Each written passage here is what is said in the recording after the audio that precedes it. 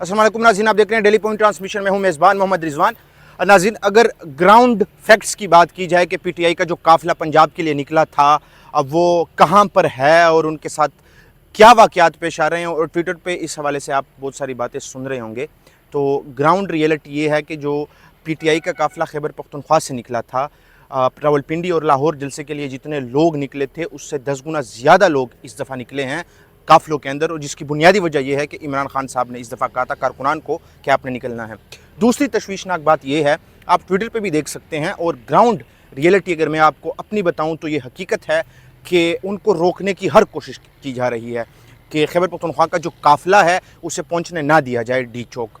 और ट्विटर के ऊपर जो है शाहिद खटक की ट्वीट भी आप देख सकते हैं। उन्होंने बताया है कि जी रबर बुलेट्स का इस्तेमाल किया जा रहा है, शेल्स डायरेक्टली सीएम अली अमीन गंडापुर साहब पे मारे जा रहे हैं। और ये तशवीशनाक बात है कि एक सूबे का जो सीएम है, डायरेक्ट पुलिस वाले उस पर शेल मार रहे हैं और वो एक प्रोटेस्ट के लिए डी चौक जा रहे हैं।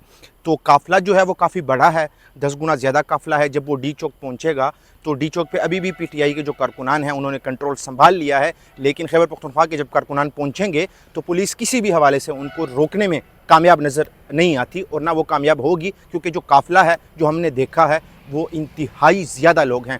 और सिर्फ ज़्यादा लोग ही नहीं हैं बल्कि बड़े पुरजोश हैं, और इनके पुरजोश होने की जो बुनियादी वजह है वो ये है कि ये कह रहे हैं कि कप्तान निकाल दी है, जी इमरान खान साहब ने निकाल दी है। वो जो 2 जलसे थे उस टाइम जो तादाद थी केपीके से निकलने वाली वो कुछ कम थी, लेकिन इस दफ़ा तादाद हद से ज़्यादा है। और जब हमारी कारकुनान से बात हुई रात को भी, जब काफ़िले निकल रहे थे, और अभी भी जब जगह जगह पर हमारी उनसे बात हुई, तो फैमिलीज़ के साथ भी बहुत सारे लोग आ रहे हैं अपने बच्चों के साथ। छोटे छोटे बच्चे हैं, उनके भतीजे हैं, किसी का पोता है, कोई बुज़ुर्ग है। जो कारकुनान है वो अपने साथ कंबल भी ले जा रहे हैं, छोटे छोटे जो गैस सिलेंडर्स हैं वो भी साथ ले जा रहे हैं कि अगर प्रोलोंग हुआ ये धरना तो हम 1 महीने का जो है वो बंदोबस्त करके जा रहे हैं। साथ में कंबल भी है, चाय बनाने के लिए सामान है, पत्ती है, दूध है। और जब बुज़ुर्गों से हमारी बात हुई तो उन्होंने ये कहा कि जनाब हम वहाँ से तब तक नहीं उठेंगे जब तक इमरान खान साहब की कॉल नहीं आती। यानी ये जो पीटीआई का हुजूम केपीके से निकल रहा है, इसके हवाले से मैं आपको एक ख़बर देता चलूँ। इस हुजूम की जो मेंटेलिटी है वो ये है कि इनका कहना है कि अगर हमें तमाम तर पीटीआई की क़यादत भी कह दे कि आपने उठना है, हम नहीं उठेंगे जब तक इमरान खान साहब की कॉल हमें मौसूल नहीं होती। यानी इमरान खान साहब का जो हुक्म है वो हमें नहीं मिलता, हम तब तक नहीं उठेंगे। अपनी फैमिलीज़ के साथ, अपने बच्चों के साथ लोग जा रहे हैं, और इंतहाई बड़ा काफ़िला है और इंतहाई पुरजोश है।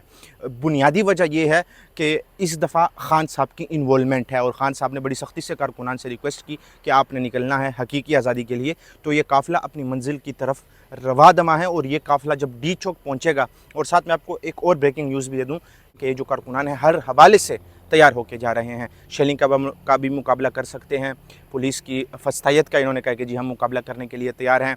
तो जो ज़रूरी चीज़ें हैं, इक्विपमेंट्स हैं to survive in Islamabad in D chowk, वो हमारे पास है। यानी अपने बचाव के तमाम तर जो इक्विपमेंट्स हैं वो इनके पास हैं, और बहुत सारे जो हैं वो मुहैया किए गए हैं केपी गवर्नमेंट की तरफ से। तो इस बार का जो मामला है डी चौक का वो इतना सादा नहीं है। अगर इस्लामाबाद की पुलिस तैयार है तो खैबर पख्तूनख्वा के जो कारकुनान हैं वो भी तैयार हैं। और इस काफ़िले में मैं आपको ये बताता चलूँ कि नौजवानों से ज़्यादा बुज़ुर्ग हैं। जब काफ़िला पहुँचेगा आप लोग देखेंगे, जब आप लोग मिलेंगे फिर आप जज्बा देखिए, फिर इनकी बातें सुनिए, और फिर देखिए कि ये कितनी तैयारी के साथ डी चौक की तरफ आ रहे हैं। तो वो जो पीटीआई कह रही थी कि ये जो है इस बार कर गुजरने की सिचुएशन है, तो उसी सिचुएशन के तहत कारकुनान भी मेंटली तैयार हैं कि जी हम आगे बढ़ेंगे। और दूसरा जो मोहसिन नकवी साहब ने स्टेटमेंट दी थी कि आप फिर देख लेना अगर आप आते हैं, तो वो बड़ा सीरियसली लिया गया है। कारकुनान उस पर बड़ा संजीदा हैं, और वो कह रहे हैं कि सीधा सीधे जो है हमें जो है धमकी दी गई है कि जनाब आप इस्लामाबाद नहीं आ सकते। अब हम आएंगे, हर हाल में आएंगे, हर सूरत में आएंगे, तो फिर चाहे जो भी हो वो होता रहे। तो काफ़िला जो है इस वक्त रवा दवा है, डी चौक अनकरीब काफ़िला पहुंच जाएगा। और काफ़िले के हवाले से जो मैं पहले भी बता चुका हूं कि 10 गुना ज़्यादा लोग आ रहे हैं।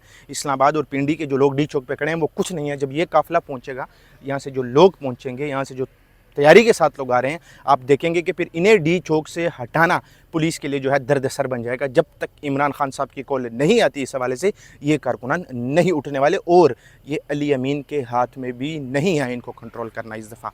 ये मैं आपको ब्रेकिंग न्यूज़ दे रहा हूँ कि अली अमीन के हाथ में भी इस दफ़ा इनको कंट्रोल करना नहीं है। इनका कहना है कि जनाब इस दफ़ा जो है इमरान खान साहब कॉल देंगे तो मामलात हम उस हवाले से चलेंगे। फिर अगर हमें अली अमीन कुछ कहते हैं या बाकी लीडरशिप हमें कुछ कहती है, हम किसी की नहीं सुनने वाले।